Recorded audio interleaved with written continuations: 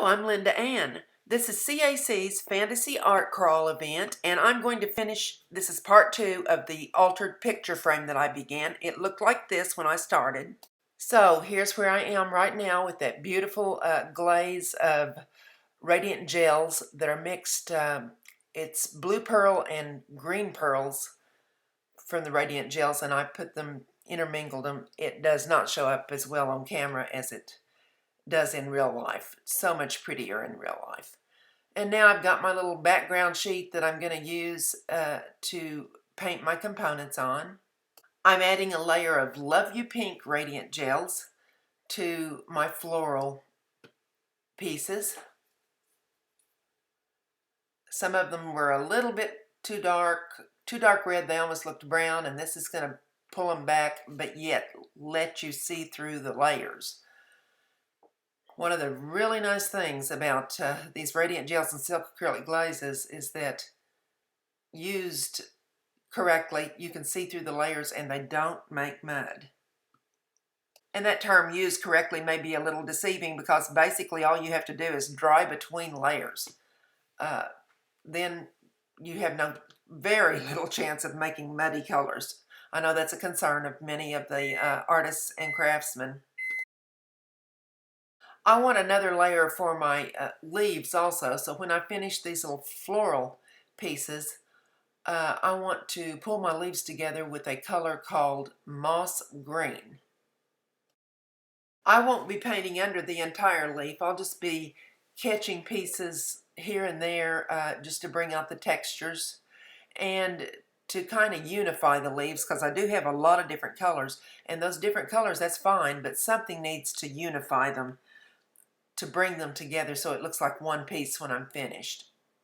So it sounds like I'm saying two different opposing things, but these started out with base colors that were very different, and I like that variegation, but also something in common really helps. Again, the word unify helps to unify it and pull it together.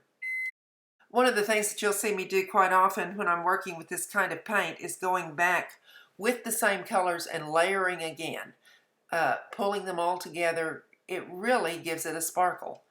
When you first do your first layer, it might not look as sparkly and dimensional and pretty as you want it. But keep adding those layers of radiant gels or silk acrylic glazes, and you're going to have so much shimmer, but not overkill. That's what I love about these paints. So look at this leaf that I have painted solid black, and watch the beauty of it as it changes with just one color, one coat. One coat of this moss green brings it into being a leaf again instead of a black. And you know, I have nothing against fantasy colors for things. I think your leaves could be purple and orange and whatever, and of course in the fall we might see those things, but I'm making green leaves like springtime. So here I go again with more blossoms, all different colors, and I'll continue to paint until these satisfy me, altering layers back and forth. I'm really enjoying see the blossoms come to life when I add some of this Love You Pink to them and then let that dry and add another color on top. It's almost like they're blooming right before my eyes. I like to be fairly satisfied with the way they look before I glue them down. I can always go back and touch them up a little bit, but it's tedious work.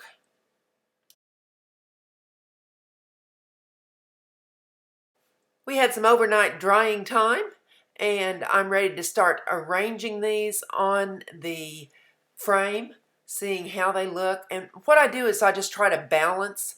One of my goals is to cover those cracked corners, and while I won't completely cover them, more than likely, I'll cover them enough that it won't be distracting, and it will kind of be camouflaged and you won't even notice that it's there. So I put the purpley, the ones that are more violet colors, I try to spread those out, and the ones that are bright pink, and try to balance everything. These little ones the little long straight vines that I cut apart are proving to be really helpful to go around that oval, which I had already suspected. I always go back and touch up little places that might have gotten glue or a little bit of paint on them, and I'll probably end up touching this up after I get completely finished too. But that was a little bit of raw umber that I brushed on there. That's not raw umber, that's burnt umber. I know my colors better than that. The tricky thing about working with shimmer paints is that the angle you look at it makes a difference on whether you can see it or not. So in one light, I might be able to see that there's a little bit of shimmer paint on my burnt umber area, and in another light I might not, or depending on how I'm holding the frame. It's also tricky to film. Trying to get a still shot of it's almost impossible to show you all the colors that are vibrating from this background, and right now it kind of looks silver in the frame. It's not silver, it's pale shimmery blue and green, and it really makes a difference when you see it in person. I'm balancing these not only in color but in size and in shape, and trying to get a rhythm going. I'm balancing these not only in color but also in size, shape, and trying to get a little rhythm going around so that it looks so that it's an art piece and it's not just something I slapped together without thinking about it. And I'm also looking to see that they fit in these areas, and when I get to the gluing process I will end up doing a bit of overlapping here and there. Some of my pieces are shifting on me as I work because I'm not gluing them down as I go, and that's fine, but when I get finished you'll see that I have a nice little balance of things to work with when I do start gluing. I'm not going to bore you with the details of putting glue on each piece. I'll just come back when I have it all glued down.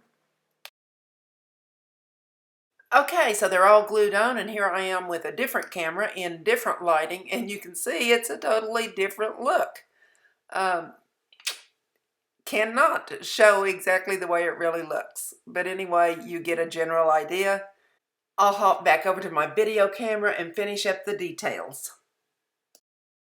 I have a few little spots that I want to touch up with my burnt umber color again. When all this is finished and all the touch-ups done, I'll be headed outdoors with my Winsor & Newton varnish. It's a spray varnish that won't disturb the colors or make them run. Since silks acrylic glazes are soft glazes, they have a possibility of rubbing off, or if they got wet, it would possibly move the colors, and so I want to seal those. It not only seals everything, but it gives a really nice shiny gloss to everything, which really brings out those shimmery colors and enhances the color. Just makes it even more beautiful. My final little touch-up here is going to be with Silks Acrylic Glaze Solar Gold. And I just dip the end of my paintbrush in and touch the centers of the flowers to give them just a little bit more sparkle. I hope you'll join my Facebook group. I'm going to list it down in the description box below. And it's called Studio ABC. The C is spelled S-E-E, like see with your eyes. So check it out. We're having a lot of fun in there, sharing a lot of art ideas and art information. And there's a March challenge up. Also, be sure to check out the other artists who have videos up with the hashtag CAC Fantasy Art. And now it's time for me to make some kind of fantasy art to go inside this frame. So I'll see you at the next video. I hope you'll subscribe to my channel, share on your social media. I love the comments and answer all of them that YouTube will allow me to do. If you like the video, give me a thumbs up, and thank you so much for watching.